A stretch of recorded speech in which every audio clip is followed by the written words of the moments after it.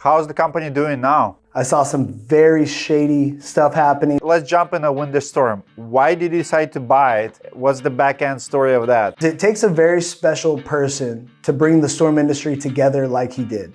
And you have to give credit where credit is due, and he did that. Do you still believe that metal is superior to everything else on the market? And now, offering shingles is, no offense to anybody, it's child's play compared to metal roofing. I could have bought a couple Bugattis with how much I lost in freaking concrete. One of my mentors taught me, fail small. So perfect it small so that way you're not failing on a large scale. You're gonna accept the invite and be on the board of Win the Storm? What's up, insiders? Today I have very special guest, Josey Parks, absolute legend already in the roofing industry. Wait until you hear his full story. This podcast is brought to you by ICO Roofing Corporation. Thank you, ICO, for being long-time partner of Roofing Insights that helped us to create a lot of content, including amazing podcasts like this one. Now, enjoy the show.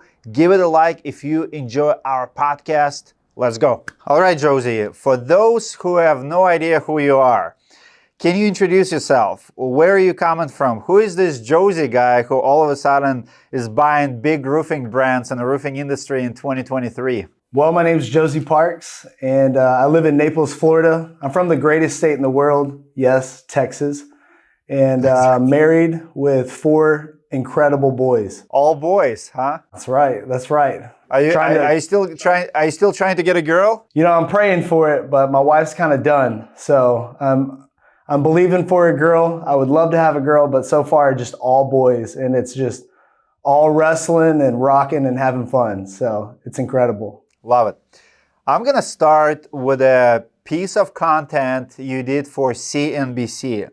How did you get a coverage on CNBC? Honestly, of all times, CNBC only featured 2 roofers that I know of. One guy in New York and one guy in Texas named Josey Parks.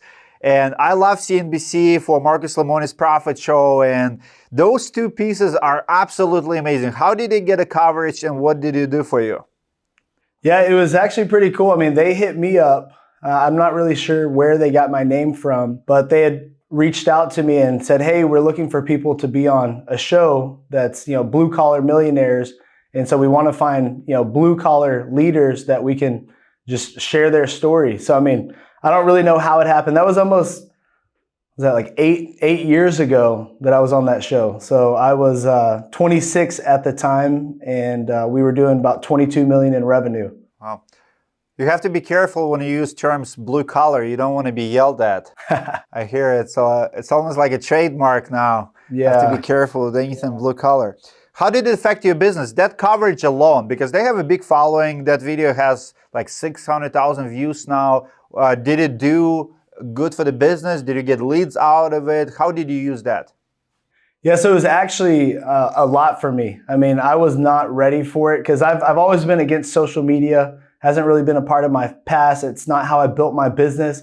And so after that show aired, I had people showing up at my office. I had people calling me constantly, sending me stuff.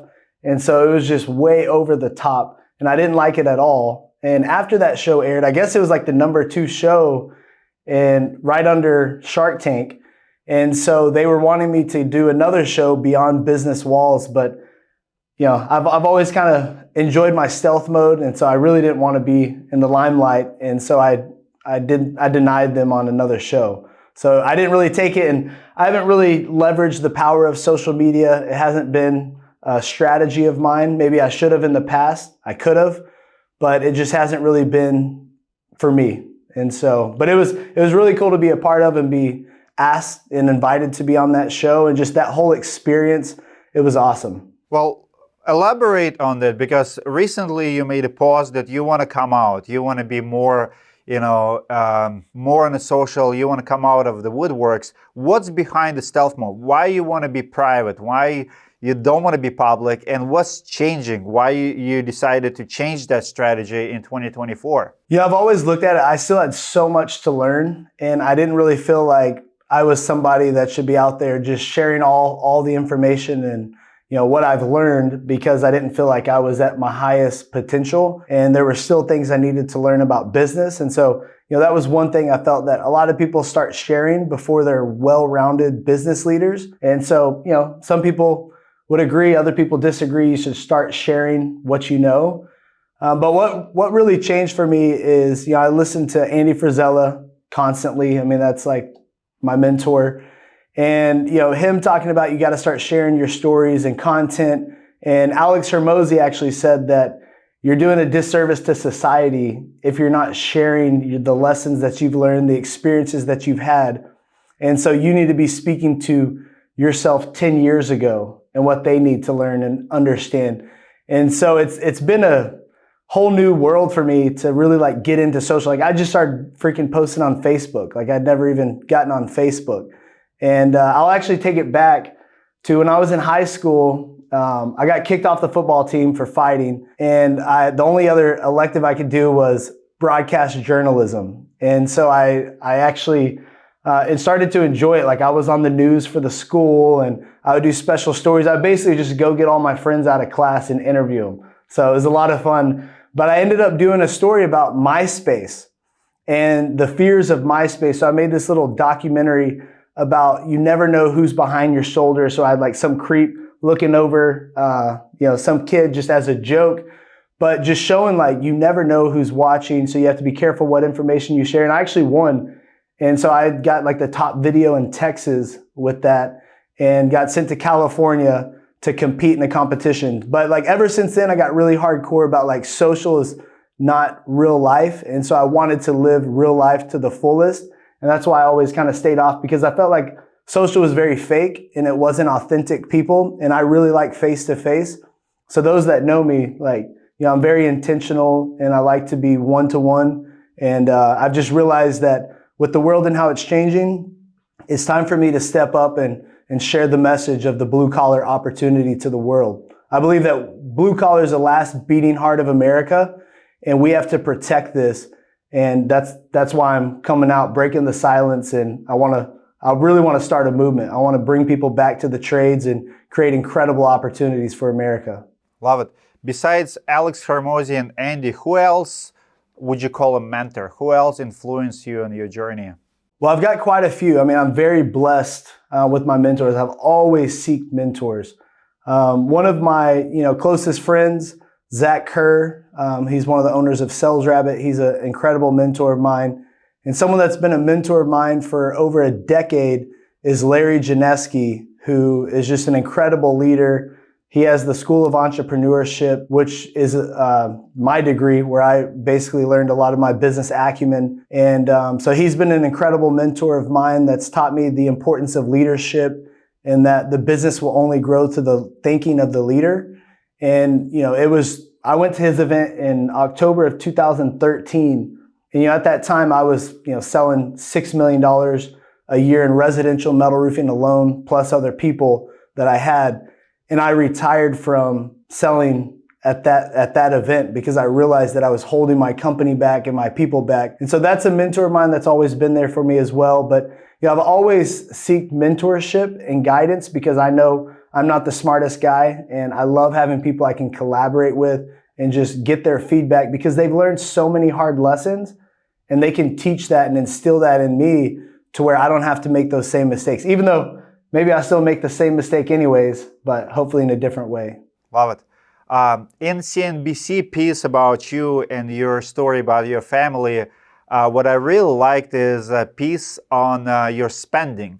You had Mercedes-Benz, you had $500,000 house, it was humble enough, but for you, it wasn't that flashy. What's your relationship with the money now? How did it change? Because there's two messages now, popular messages on the internet. We have guys like Brad Lee who says, openly, buy what you can't afford to push your limits. And we have people like Dave Ramsey who says, spend beyond your means. How did your relationship with money change, if any, and where are you at on both camps? Are you closer to Dave Ramsey or are you closer to Brad Lee? Yeah, I believe it's vanity at the end of the day. Like money, possessions, things, they don't buy you happiness. It's very temporary. And, I come from very humble beginnings. And so, I made my first million at the age of 24. And so it was, amazing. Like I couldn't believe I was able to accomplish that, but it never changed. Like I didn't really take a vacation until I got married. And so I've never been the guy that's like, what possessions can I get? It's what can I create? What problems can I solve? And so I don't really look at money as material things. I look at money as a tool to solve bigger problems. And obviously I love, the wins and racking up wins. But I think people focus on the money too much and not the impact. And so money is going to be a byproduct for me. And so I'm doing very well for myself, been very blessed. But like I had a 10-year wedding anniversary. So my wife had been telling me I needed to buy this presidential for years. And I'm like, I just can't see myself doing it. So my 10-year wedding anniversary, my wife bought me that. When I was 25, I was going to buy a Lamborghini cash. I went to the dealership and I was like, man, I just can't do it. So I bought the C63 AMG instead, and I freaking love that car. But there's a lot of depreciating assets and then there's appreciating assets. And so I've really focused on the businesses and building businesses. And, the way that, I've learned through all these years is hard lessons, and I've just reinvested. And, I probably haven't taken as many chips off the table as I should, but I'm just all in on business and the opportunities in front of me and just really creating the future. Love it. Be smart with your money. I'll say that. Be smart, but you'll make more. If you develop a skill, doesn't matter where you go. Like that's how I look at it. Like from starting on the doors when I was 17 in high school, I was making $1,000 a week in high school selling security systems door to door. And so like that training and growth, if I lost everything, I could rebuild it all. So I don't really worry about that. What would you say your number one skill that you have learned and mastered in life? Like what's your absolute superpower that you have and most people don't have, or you're really good at it? Yeah, I'm a super connector. Like my number one skill is connecting dots. My networks are vast. Like I don't really know many people that have as many vast networks as I do without freaking social. You don't need social to build networks. You need to be valuable and develop things of value where people see that. And so my ability to connect dots and solve problems, and a lot of times it's because my network, I can call on somebody from so many different industries and bring it together. And that's where I feel that is my superpower, is the ability to connect dots. Do you read a lot of books?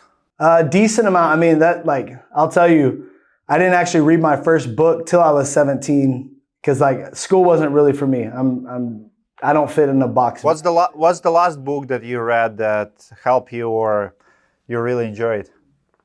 I really Buy Back Your Time is an incredible book, and it's really how I focus and build, in my businesses is I try to buy back my time by delegating and look at, how much time do we have in a day? What can we actually do?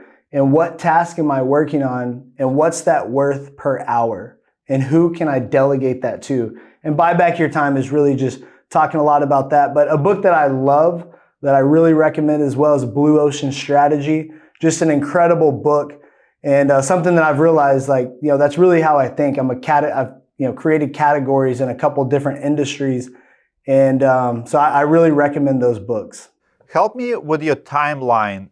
So we see CNBC piece 8 years ago, and then 4 years later, we see you working at CMR. How did you transition from working on your company to going back to be an employee? Was your employer, what's your relation with the CMR, and how did you transition to that? No, so I never lost that. So here's what happened is the metal roofing industry in Texas changed. The insurance companies, they started denying cosmetic coverage to metal roofs, and the policies became really about interpretation. And so even, like aluminum roof, you have a lock, you have a hook, and you have a straight lock that goes in. Hell hits it, breaks the lock, compromise the integrity. They still say it's cosmetic. And so, we went from, in the 20s of million to down to like 14 million. And I was like, man, we can't freaking survive in this. And so I made a decision that I was going to go find a new market. And now at that time, the way I was able to grow is developing technology and, figuring out new ways of doing it, optimized routing, time series data, matching rep to area to where they would knock. And so I built these really cool tools, and, I was nerding out on AI. And so I was looking at Colorado and Florida to go and work. And I, used some really cool AI to find all the tile roofs. And so I was going into Florida, and I had Cognitive Contractor at the time, which was a tech company. And I had already brought on a few clients. And that's when, I talked to Steve about using, this technology to really help that business. And I was asking them if they would do my commercial. And that's when he said, why don't you just help us? He's like, I've got, a team there, and, we don't really know how to do marketing, how to do a lot of these other things. And so you can come on and do that. So I still have my business in Texas, but we just changed because Metal Roofs of Texas was limited to Texas and limited to a specific product that we couldn't expand on. So that team's still there, and that company is going to do 50 million this year, and we are crushed. It's an incredible company and team, but I built that team so strong that I didn't have to be there anymore for that business to run. And so that's why, I moved to Florida, and I looked at it for a 1-year deal. Like, I was coming in as a consultant. I wasn't coming in to get rid of any of my business, to change anything. And, sometimes people can get possessive of you and think that they own you, and, they don't. Anyone that works at any company, you're not owned by that freaking company. But yeah, so it was awesome when they got there, or when I got there, we had like 30 something sales reps. At the height of what I built, we had over 200. And the goal was like 50 million when I got there. We sold 175 million my first year and doubled that the next. And then I left shortly after. But I kept building all my other companies in technology. What a crazy journey. Guide me through your, you bought 2 companies, Win the Storm Conference and Total Home Improvements. Which one was harder to get? Oh man, Total Home Roofing by far. Like, buying that from your buddies at Angi's List. Yeah, I want to hear that story. You probably have something that you cannot share, but share everything you can share about that purchase. Did you buy it from Kevin Delaney, or you bought it from directly from Angi? Yeah, no, Kevin was out. I've actually never met him. I heard great things about him. Would like to meet you, Kevin. So we'll meet someday. But the it was a publicly traded company. It was at Angi's List. And so buying that company, taking it private again. I've sold a couple companies. I bought my first company in 2011. And, I've started a lot of companies. And so I'm pretty well-rounded when it comes to that aspect of business. But buying a $100 million company was definitely like a whole nother level. And just trying to do the due diligence on that business was unreal, and trying to sift through all that. And there were some timing aspects of it. And so, when you look at a business, you really want to think about what is this business great at? What can this business do with your skill set added to it? And so that's where I saw Total Home Roofing as an opportunity for me to be back in Florida quickly and expand. And so that was really the focus of Total Home Roofing. And so I brought on just an incredible leader who had worked. He was a CFO for a $100 million company, took that business to 800 million. I brought him on, and together we did that whole due diligence process. I'd put some money in to get started, put a fund together, and we were able to buy a $100 million company within, this is about four months, and literally we closed. It was huge, man. And maybe I shouldn't have done this. I was just so timeline focused. We closed on the exact date we had set out to close. We didn't even miss it by a day. And so it was a journey, Dmitry, that's for sure. Why did they decide to sell it? Did they decide to sell it, or you made an offer when it still was like operating? How many locations did they have? They decided to sell it, and I don't know what I can say and not say about this part of it, but they're a lead gen company. They're not an operator. And to run a contracting business, this is a freaking people business, straight up. It's kind of an art form to really develop a business and all these different aspects that come to play. You can't just throw money at it. I had actually looked at developing some tech with them back in the day. So I had a really good relationship with them. Some people that built some big products for them actually work for me and have worked for me. So I've got a good relationship with some of the leadership there. And so they hit me up and said, hey, we're going to get rid of this company. We're looking to sell it. Would you be interested in buying it? And so I had, that opportunity, and that comes from my network. That comes from adding value, being a man of value where people see you as a value to them. And that exchange occurred. So now, I was able to get that business. Awesome. How's the company doing now? Woo! It's been interesting. Unfortunately, when I got in there, there was just a lot of things not being done right.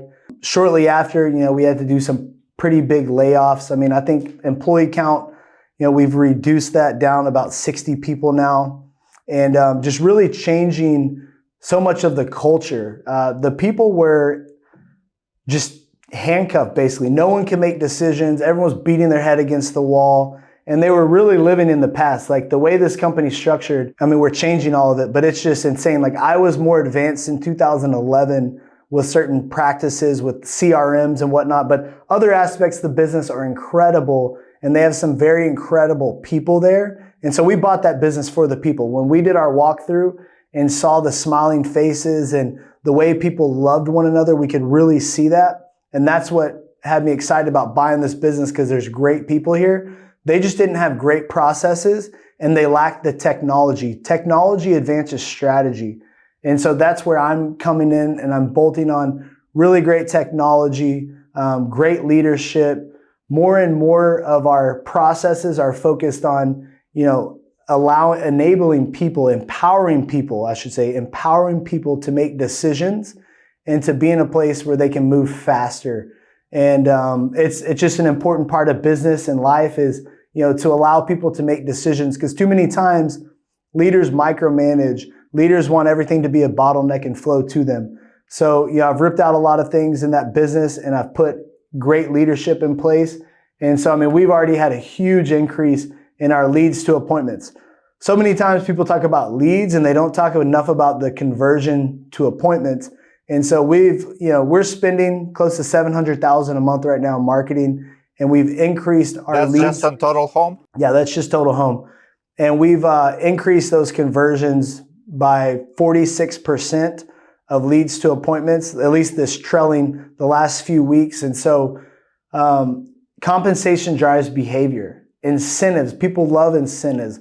Gamify things and give people an opportunity to make more money and to grow. But first things first is, I believe one of my mentors taught me, fail small. So perfect it small, so that way you're not failing on a large scale. And so that was, one of the best things I learned. So we're going to really perfect it in Florida, and then we'll expand out to other markets. And, I really want to leverage it. You were asking about when the storm, allowing contractors to really see how I run this business, changes that I've made, inviting people to come see the business. It's going to be something I do in the future. And if you want me to jump into when the storm, I'll do that as well. Yeah, that's my next question. We'll do it. But $700,000 a month, that's a lot. Where are you spending it? At Home Advisor? All over, man. All over the place. Yeah, that was the majority of it was aggregator leads. I know you've always had beef with them, and I've seen it from the difference. Not with Angi, with Home Advisor. Not with Angi though. Okay. Yeah, so they both have their flaws, but an aggregator lead source is so valuable to the market and to the industry, because when you want to open a new office, there's no better lead source than to spin up an aggregator lead source, because it gives you a fixed lead cost for the most part.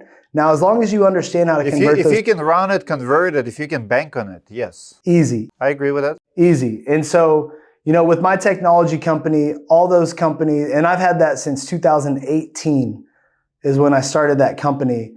And what's the name of the company? What are you referring to? Think Unlimited. Think Unlimited. Okay. And so we have I would say the most sophisticated AI in home improvement, but we match the right rep to the right appointment. And with that tool, we've put over $7 billion of revenue through our platform. They haven't paid me that money, but that's how much revenue has gone through our platform, one revenue from our clients. And pretty much all of them use Angi's Home Advisor, other aggregator lead sources. So in the storm industry, so many people talk crap about aggregator leads. That's garbage. I just think that your processes are garbage, and that's why you're not able to make money off of it. So a big part of my spend is aggregator leads, but I'm a huge believer in exclusive leads. And so, we've really beefed up our PPC, our SEO, social media marketing, direct mail marketing, canvassing, setter closer model. So I believe in TOMA, top of mind awareness, and really going into a market and understanding, where do we fit best and where do we not fit? Who is likely to do business with us? Who is not? And I have other, sophisticated technology that can rank and score markets. And so I'm going in and leveraging my technology that I serve other contractors, and I'm just hiring my own companies to serve my company. So I don't get any special breaks. I don't get, it's just all the companies and teams. I have 9 companies. All of them are separate. There's no overlap. It's all completely different leadership, different people. They rarely ever even talk to each other because they're all running their own race. And, I just happen to be the founder or co-founder or now managing partner of all the companies. Wow. Is 9 companies includes Win the Storm now, or it's part of it? Yeah. It is. So let's jump into Win the Storm. Why did you decide to buy it? What's the back end story of that? Man, that was probably the hardest one. I mean, that was one that, I've been in the roofing industry since 2007. This industry has changed my life. This industry has given me an opportunity that I don't know if any other industry would have. And so I'm very thankful for it. I started going to roofing events in 2010. I went to my first IRE, International Roofing Expo. And, I built such an incredible community there. And as I was going, I started to hear about this Win the Storm conference, and I just heard all these rumors about it, cocaine and hookers and this and that. And, everyone knows these stories. And, so I always kind of looked down on it, and the other professional industry, they did as well. Stormers. And they always looked down on it, and I was kind of embarrassed to be a stormer, really. And I didn't look at myself as a stormer because I built in markets and expanded. But, when I went to my first Win the Storm, it was 2019. And man, that experience was incredible. It was at South Point. I remember walking up and it stunk so bad of cigarettes and I was there. Yeah. The first impression walking, I'm like, what the heck am I doing here? But once I got in and got talking to people, it's the same as all the others. Just incredible people with growth mindsets, wanting to learn, wanting to grow. And I learned a lot there. And it was really cool seeing the debates on the stage, just how different people approach a claim and really the network. And so that's where, I was very grateful for that opportunity. And, I wasn't a huge fan of Anthony, as a lot of people aren't. And I didn't really even understand what all he did. But that event was so crucial to so many people's platforms. If it wasn't for Win the Storm, a lot of people wouldn't exist today. A lot of companies in their growth wouldn't be here today. And so I looked at that event as a platform for the industry, and that's where the storm industry comes together. But that's also where the storm industry needs to change, and we need to have new standards and level that field. And so that's where, if y'all know Hammer, he kept hounding me dude, you got to buy this. You got to buy this. And I'm like, no, hell no, hell no. I'm not doing it. And, I really felt called. Over time, as those conversations happened, I was like, man, I know with my network, I know with how I run business, I know with the experience that I have with events. I mean, I'm on the board of International Roofing Expo, which is the largest roofing event. I've helped buddies with their events. I've just never wanted an event. I still don't want an event. I still can't believe I have a freaking event. But I felt the industry needed this. And so I was going through due diligence and I'm like, what the freak? This is a joke. I could easily start my own. And a lot of people are like, why didn't you just start your own? Why not just take a challenge, take a bull by the horns and freaking ride? And so that's where I look at it. It's a very known brand. And if anyone can turn it around, I feel very confident I can do that. And I can bring in a much bigger industry. People don't realize what I'm bringing together this year at Win the Storm. And it's going to grow this platform and this industry like never before. There'll never be such a big collaboration of industries that's going to just raise it to a whole nother level. And that's really why I wanted to do it. And I was going to not do it. So I'll tell you this defining moment in time. I paid $10,000 to go to an event just so I could freaking meet Andy Frisella. See him. I've met him before, but it was like a VIP house party. And I wanted to go ask Andy about buying this event because, I was buying Total Home. I was like, I'm not going to have time to buy this company and these others. And I kind of gave the spill to Andy. And he's like, here's the thing. Yeah, you can do that. You'll be successful with, the roofing company and your others. He's like, but will you regret not doing this for the industry? I was like, dang. So I made that decision that day that I was going to buy it and just build this platform for the industry to grow and bring a level of professionalism that the industry hasn't seen in the storm side, at least, standards that we can all agree upon, and really build a community to network. And, I'm not looking to be the face. Unfortunately, I have to kind of start out by leveraging my credibility to get people back. But then I want to give it to the industry to where people can do what they used to do. Find who they tune in with. Like what message resonates with them? Who do they want to follow? And so I just want to bring eyeballs to the industry so we can all keep growing. That's really what it is. Love it. What's your relationship with the Delmedico now? Like, did you guys become friends? I know Hammer was the one who's reaching you and selling you, but did you get closer with Anthony through the process? Will Anthony be any part of Win the Storm in the future? Is he coming to speak? Like, what's his role now? Yeah, so I was one of Anthony's biggest sponsors, for a couple of years, and I got to know Anthony more and liked him less as I got to know him. And but one thing about Anthony is it takes a very special person to bring the storm industry together like he did. And you have to give credit where credit is due, and he did that. And he had a big vision for it. He accomplished that vision. But then the industry grew past him and he didn't adapt with the times. He didn't change with the times. And people realized, hey, this is very transactional. This is not value. This is all about transactions. So that's why everyone just kind of aborted, all right, we're done. But getting to know Anthony through that experience was really cool. I'm not sitting here talking about Anthony's character. I mean, the roofing industry and storm industry, there's a lot of craziness that goes on. Everyone knows that. But what I will say is that he's a creator and he's got a vision and he's one that executes towards his vision. And so I was impressed with understanding more of his mind and his passions through the due diligence process. I wasn't happy with the due diligence process. We definitely had some beef through that. But I just felt that, it was important that this event didn't die. And so that's why I moved forward with the process and closed on it. And I do wish the best for Anthony. I know that now he's very passionate about freedom in our country, and we align with that. And I really hope that he's able to accomplish that goal with, fighting for freedom in his unconstitutional documentary. I wish him the best with that. But he does not own any of this, nor will he. He has no say-so in this. He's completely out.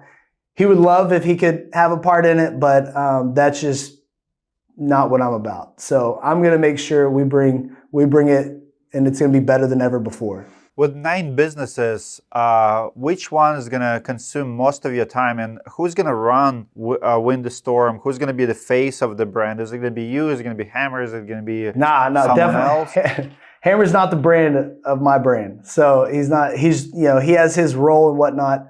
But, here's something I want to be very clear on. All of my companies have their own leadership, their own C-suite. And so, like, for instance, Roofix, my tech company, we install in 40 states nationwide. I have a CEO in that company. Think Unlimited, Cognitive, all these companies, they all have their own CEOs. And so I take projects on within these businesses. And so I try to just work with all my leadership teams and work on project specific, deals. But Win the Storm has a CEO already. And so I hired Lindsay Drew, who is very experienced in shows and events, someone I really trust. And so I was the second largest sponsor at a solar event that she used to help with and be a partner in. And just watching how much she served us as a vendor, how much she cared during the event, how responsive she was, how little sleep she got, and her sister Tiana, who's my COO. Just seeing that experience firsthand as a vendor, paying a lot of money.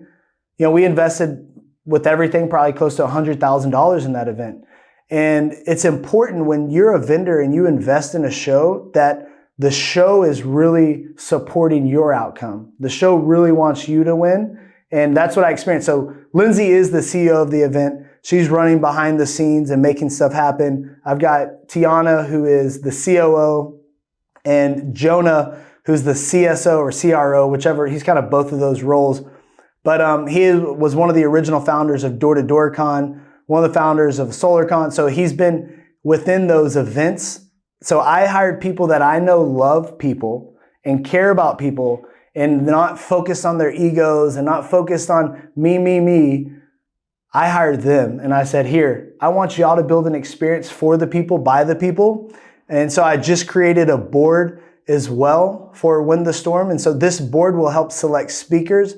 This board will be responsible for the industry and the heartbeat of the industry and making sure we keep our thumb on the pulse because, look, I don't know everything. I don't want to. I look at myself as I don't know much, so I like to collaborate. And so I'm bringing the industry together to collaborate to create the best show. I'm taking out the pay-to-play, all the transactional BS. We've already turned away hundreds of thousands of dollars in sponsorships to speak on stage and pitch from stage. I'm not about that. Like if you're paying to come to my event, you're gonna freaking have overflowing value when you leave that event.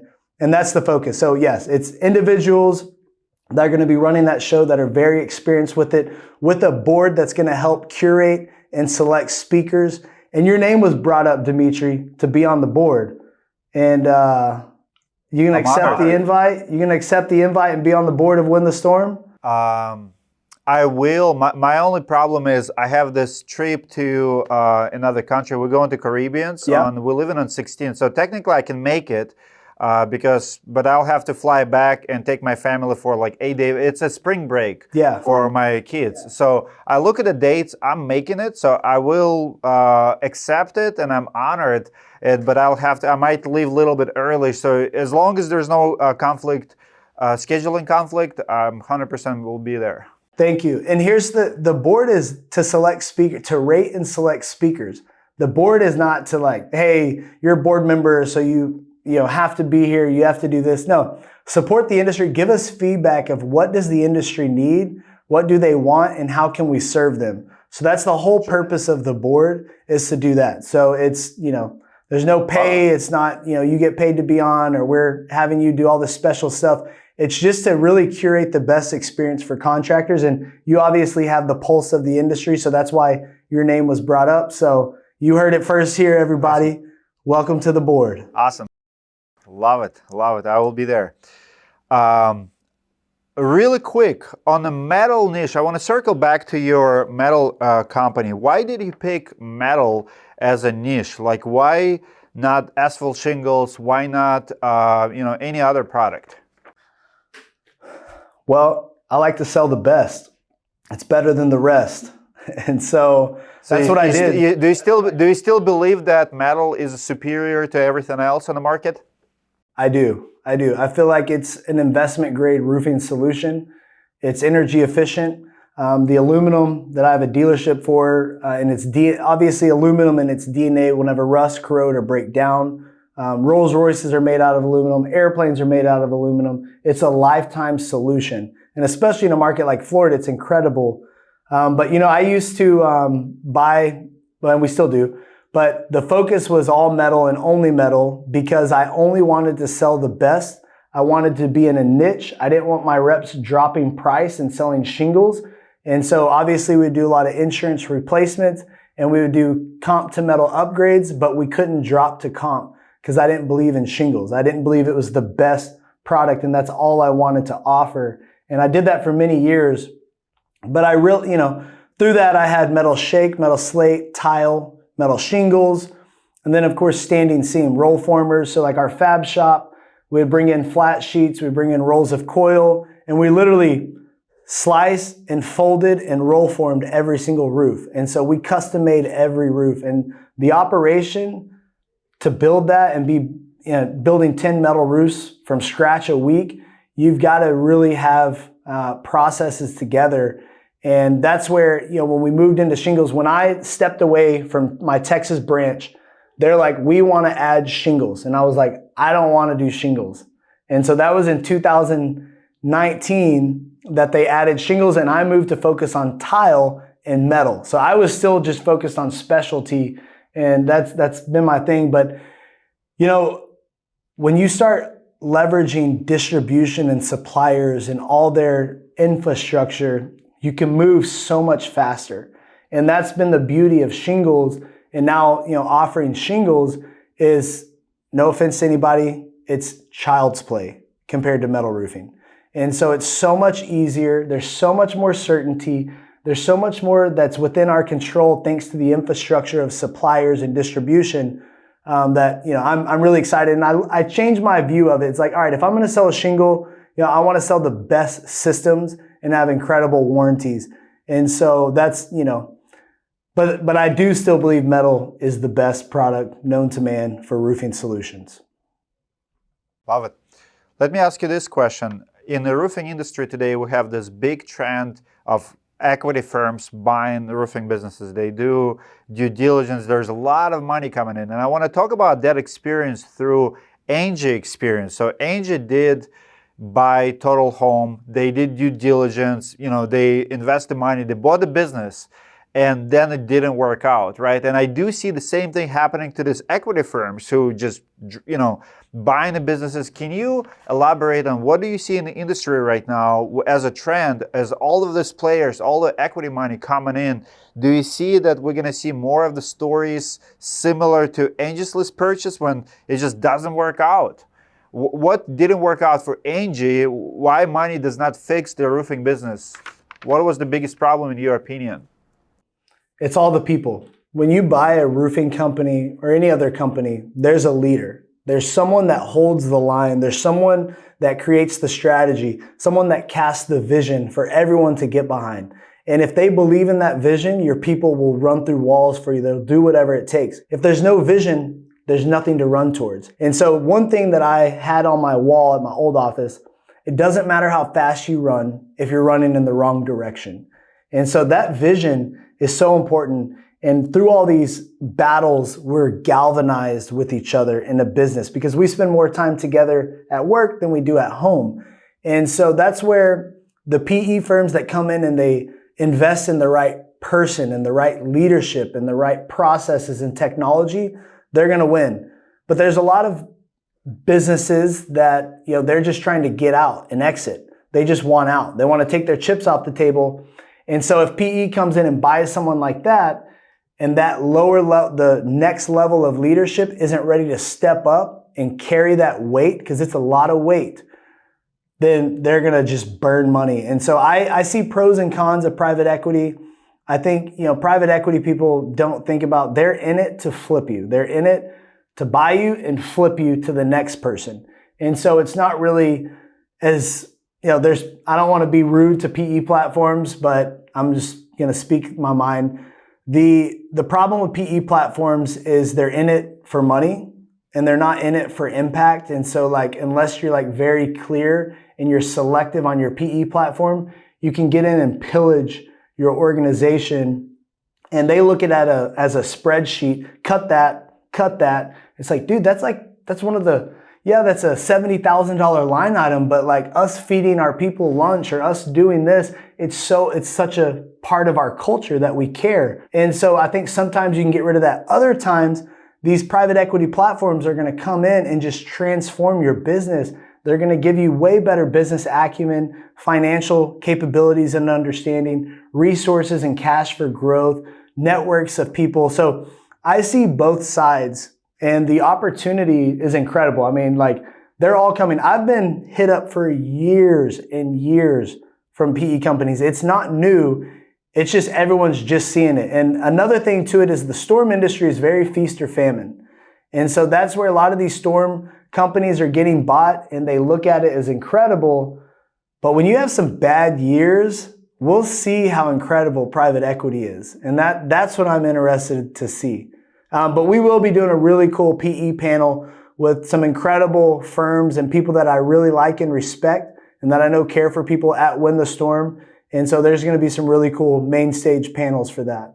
So if someone wants to sell, they definitely should attend Win the Storm to essentially talk to PE. Got it. Yeah, and you have 9. Go ahead. I was just going to say, I've had a lot of opportunities for that, and I just haven't found the platform that I like. And so, we're just kind of doing it on our own and going to develop it out. And I don't really need a middleman with cash. And so we're doing it without private equity. But I am a fan of private equity. I support it. But you really have to make sure you have alignment, because alignment is everything. And you really need to get to know who you're getting married to. Who's going to be owning you? Because a lot of times it's going to be worse than you ever imagined, and you're going to be working for a slave driver, essentially. And so just get to know who it is. And we're going to be doing some teachings on private equity also, and technology, just to help contractors understand the game. Got it. You have 9 businesses. Have you failed in business? Have you failed any business that you closed doors, bankrupt, or just didn't work out, lost a lot of money? Yeah, many times. No bankruptcy though. There was a time I should have with a concrete company that I had. I 100% probably should have, but I didn't, because I didn't feel right. And I didn't think that I should be able to just wipe away all these people that loaned me money. So I made it right. It took a little bit of time, but I bought a concrete company because I started a construction company. So I've built well over $100 million in hotels. And that was something that I saw a hotel one day being built, and I was like, I want to build a hotel. So I went and started a construction company and put the people in place. And my first hotel I built in 2014, Spring Hill Suites, and I made like 70 grand. And so it was barely making it happen. And the general manager was like, you need to start a concrete company, because then you can control your schedule. Then you can have way more control of the project, and it's such a big part of it.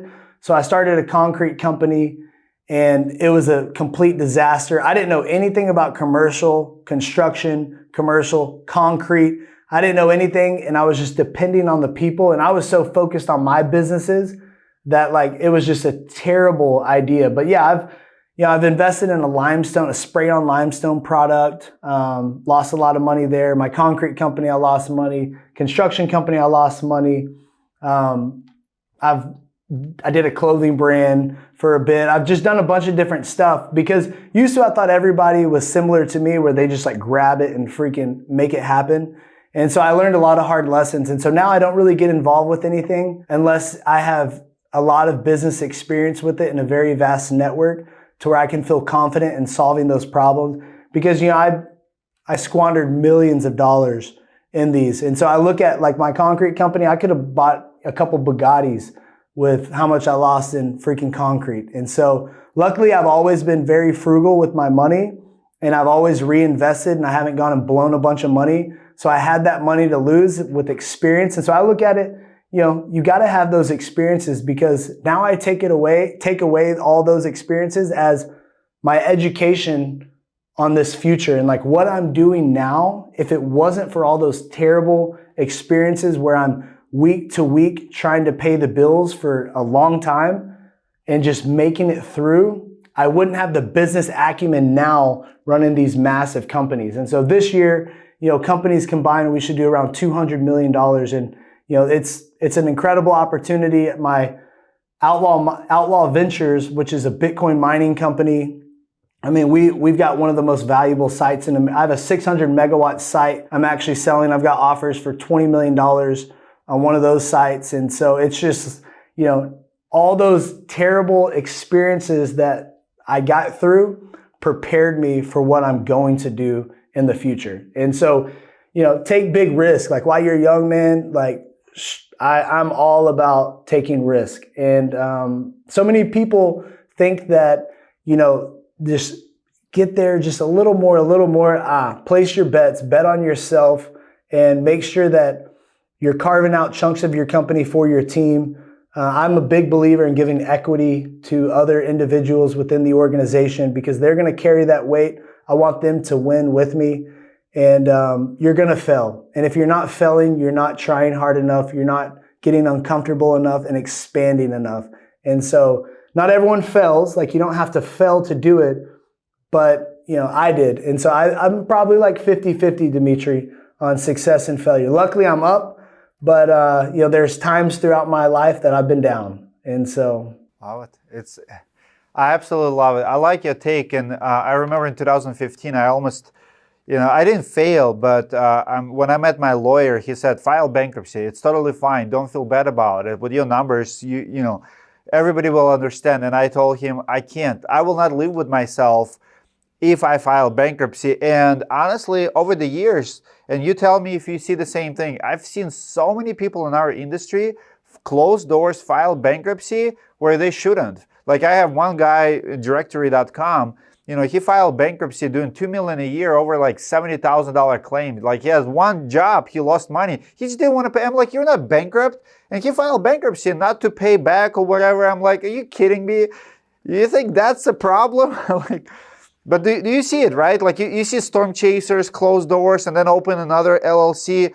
What people don't realize that your reputation goes in front of you. Every bankruptcy, every failure that you have, it's okay to fail, but you have to get up. It's okay to be punched in the nose in the first round, but then you have to get up and fight. Yeah, no doubt. Everybody's got a good plan until they get punched in the face, right, Dmitry? That's how it goes. But no, I definitely think that in certain instances, like, hey, the court system, the government's created a way where you can file bankruptcy. So if someone filed bankruptcy, maybe they looked at no other way out. But I bet after they got out, they're like, man, I regret doing that. Others should have done it. But, I was, for instance, I did $8 million in revenue with my concrete business and I lost $2 million. Like the estimator didn't know what they were doing. The guy who I ended up buying, who I bought out, who was working in the business, come to find out was an alcoholic, didn't know any better, paying $60,000 a week on equipment that we didn't even freaking need or use, just left it out there, no project supervision. So it was insane. It was absolutely insane. And my labor was like 40 grand a week. And then it just climbed and snowballed. Had a hotel where I did all the concrete for, had an 800-foot retaining wall that was like 16 feet all the way down to 7 collapse. And so, dude, I've had some shit happen. And I looked at it and I was like, nah, I'm going to get through this. And I did.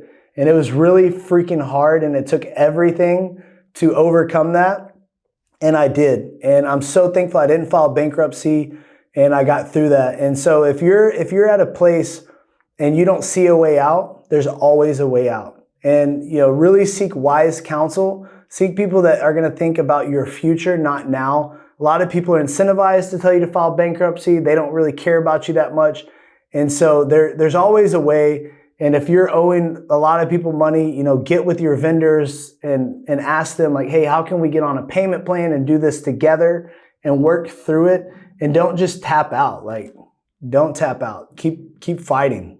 All right, really quick. You don't have to answer because you might not be in a position to answer, but I have to ask. We have a lot of large companies. CMR is one of them, right? So, everybody knows, they're big in that, and those companies are failing. Why do you think companies like CMR are in trouble like they are? Because we've seen quite a few 100 million plus companies go out, completely. Closed doors, nowhere to be found. What do you think the biggest problem? And do you think that CMR will come back and will rebuild? I don't even really like talking about them. It's the past for me. I've got a pretty big lawsuit against CMR. Okay. I left there in 21. And at that time, man, we had an incredible residential division. Absolutely incredible what we were able to do. And we had a great operations guy in place. I was the chief revenue officer. I ran marketing and sales. He ran production, and all of our team leaders, we all cared about the company. Steve has an ego, like straight up. And, I wasn't a big fan of NASCAR, the commercial division and all that. Like, I feel that, Steve's one of the smartest people I know. So if someone's going to get through it, he'll probably get through it. And I really don't like airing out everyone's bad stuff because he could get through it. So, I mean, for you and airing that, I don't know, if that's the right thing to do. Obviously, it gets views, but he could work it out. There's a lot of people in a very bad situation, thanks to them though, too. And so if you just look at the facts, so I don't really, I don't know what they are going to do, if they will make it. I just hope that the customers get their roofs. I hope that, justice is served with that. But it used to be incredible. Like when I was there, man, that company was unmatched. Like the level of commitment and work ethic and processes and what we built there. But once it got to NASCAR boats and all that was such a big deal, the commercial division and these projects and people, like, who cares? Like, we're freaking roofers. We're not Hollywood stars. And so I never really cared about that. But there's a lot of people in a wave right now, and I don't know where it's going to hit or where it's going to go, but I really hope that the best can come from that. Love it. Great answer. You're speaking next week at IRE about AI. How big of the role of AI plays in your business now, and where's AI taking us? Yeah, I mean, man, I've been freaking nerding out about AI since 2014. So I started doing my first, canvassing app in 2011. And that's really like what's always given me an edge and a competitive advantage over everyone. Like, I hold the record for unprecedented sales worldwide for residential metal roofing. No one sold more residential metal roofs than me. Now, if you sold more than $6 million in Texas in the most competitive lower price market, let me know. I've got a big gold medallion my manufacturer got me that says unprecedented. So I'll be happy to share that. But, I just think that, as I said earlier, technology advances strategy, and you have to build your business and your infrastructure in a way that can consume that data and predict future outcomes, that can understand your business better to make better decisions for your business. And AI delivers that. AI allows you insights that humans can't fathom or comprehend. And so that's where, in 2014 is when I really got into AI. It took me years of learning and just studying. So a lot of times people read an article and like I'm seeing people that know nothing about AI now starting to talk about it. And which, yeah, whatever, it's cool. But, I'm kind of, all the gurus and whatnot just annoy me. Like once you get in and like build stuff and actually use stuff and can show use cases of how it's working in your business, how you've implemented it into your business, then I think people should be allowed to speak on it. But too many people read articles and regurgitate what other people say, and it's not accurate a lot of the time. But AI is going to transform the industry. It's going to transform every aspect of our life. People don't realize in 5 years what the landscape will look like. Here's what I believe. Critical thinking is so important in the future. Problem solving is crucial to really understand how to take all this insight and data and make it actionable and make decisions with it. Your imagination, creating the future is up to you. The vision you have for yourself and how can you leverage these tools and not become a freaking robot. Because these machines are here to manipulate you. These machines are here to control you. And so I'm all about cutting the freaking head off the robot. And that's where my phone, it's grayscale. It's black and white. I don't have color in my phone because I know all these engineers work all day long to try to get me addicted to my phone. Yeah, I'm not the absolute best at like screen time and whatnot, but I've eliminated color because endorphins and how they've leveraged colors. I've put time blocker apps on my phone that make it difficult to access certain apps. So you need to put blocks in place to prevent you from doing things, because this AI is going to control and manipulate more people than ever, but it can also create more opportunities for people than ever before. And so I look at it as a transformational time. My word for this year is revolutionary. We're at a revolutionary time in our lives and in business, and it's going to change so much. And I'm really hoping for the best, but preparing for the worst. And so, if you're not at least reading articles and digesting information about AI, you're likely to get disrupted. And it's where it's going to be. So imagine the industry 10 years ago, how much different it was. Now think about how much faster it moves, and 10 years ahead, what it's going to look like. A lot of businesses are going to be commoditized, unfortunately. That's what's going to happen. And so the level of trust your people have in you, the level of experience your customers have, the higher level and experience with the customer, the more customers you're going to have. And so we can't control everything. You can't implement every aspect of AI. You got to just tackle a project at a time. And so like generative AI, that's a big part of the future. That's something every single contractor can use in their business. It's prompts. It'll give you ideas. It'll give you subject. You just interact with it. So, I really hope that contractors don't let these PE platforms or big tech, really more than anything, Dmitry, I'm at battle with like Mark Benioff, Mark Zuckerberg, Jeff Bezos. So like in my mind, I'm pretty crazy. But like I look at, I'm protecting our industry, and I want all of us to create within our industry versus all these big tech companies coming and taking and pillaging our industry. And luckily the interest rates are high right now.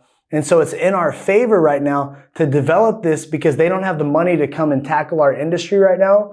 So I'm hoping that our industry tackles these problems together to where we basically box out all the big guys. So that's like a rant there, but it's coming, and it's going to take your business if you don't leverage how to use it. Absolutely agree. You mentioned several times that you're a big believer in a retail model, but you're in a storm restoration industry as well. So retail versus storm restoration, what are your numbers are telling you? What do you see the industry, where the money is? How is the insurance game changing, and how is it going to change your business, or where do you see the whole roofing industry is going? So I think we have a very big problem in our industry with the way that we interact with insurance companies, the combative relationship we have with insurance companies. They're always our enemy. And really we need a standard to where we can work together. And I look at, the insurance industry as a whole right now, it's very broken. There's so many different models and ways, and experts have this, experts have that. Insurance companies have freaking idiots that don't know anything about roofing going out there telling us we're wrong, when it's like, dude, what are you freaking talking about? So there's a lot of lack on both sides. And then you have these really pathetic people out there creating damage, very low level thinkers out there just trying to say every roof has damage, submitting BS claims. So I mean, really the whole industry needs to revolutionize, and we need a standard. We need to stop trying to get rich off every claim. We need to be fair with our numbers. What you're going to go out and sell with in the marketplace is what you need to sell with the insurance. Whereas the insurance has a little more admin requirements. So yeah, there's a little more money needed to do an insurance claim than a retail, but like we need to be fair. So I think that if contractors aren't careful and we don't really figure out a way to work with insurance companies, all these PE platforms, people don't realize they're coming for your work. They're coming to get contracts with insurance carriers to own markets. That's really what a lot of them are doing. And so you need to build relationships with carriers and really be someone they rely on, and stop being so combative with them. For instance, Total Home Roofing, I'm doing 100% retail right now. Like I'm just all in on retail until I understand the changes, and I'm calculating and I'm assessing my new plan, because Florida is just broken. The market's broken. The way that they forced everyone to use attorneys because they just denied everything, and now they're leveraging that on why it's so bad, even though they forced the hand. So I feel like there's a lot of politics. There's so much friction right now and so much noise that it's really hard to see clearly the future. And so that's why, at Win the Storm, I'm going to be focused on retail and storm and how we leverage those together. I've done retail and storm my entire career. I've marketed for metal roofs since day one for upgrades. Like that's literally, I started in 2007 and I ran leads. I worked home shows. I worked state fairs. And so I've always been about retail. And I think that's something that's unique about me is I've always combined those two business models. And that's what's really given me a lot of insights into it. But I hope we can have better conversations with alignment with carriers. And I do have some really big conversations going with large, industry engineering firms, trying to get me with insurance companies to kind of bring it together because supplements are the death of us. The more we maximize supplements and like really, I got such and such per square, like that's cool, but like they hate you. Like when they see that, they hate you. And so we need a better relationship. And I'm really hoping with Win the Storm and, me bringing in, because I actually, Dmitry, here's a cool story. So I developed a technology in 2018 called Storm Spec, a scientific method to storm damage assessment. We partnered with Apple and IBM and my buddy over at Donan, Lyle, and we had a partnership and we were leveraging AI in your phone without, this was 2018. So without any service, you have AI built in your phone that could rank and score damage on a roof. And so there was technology at that time that could look and say if it was varmint damage, if it was wind damage, Very cool. Blistering. So there was that technology because we want to take the friction out of it and we want a standard. So that's really what I want to bring to the industry is like, let's just have a standard where we can all work together. Love it. Next week we have IRE.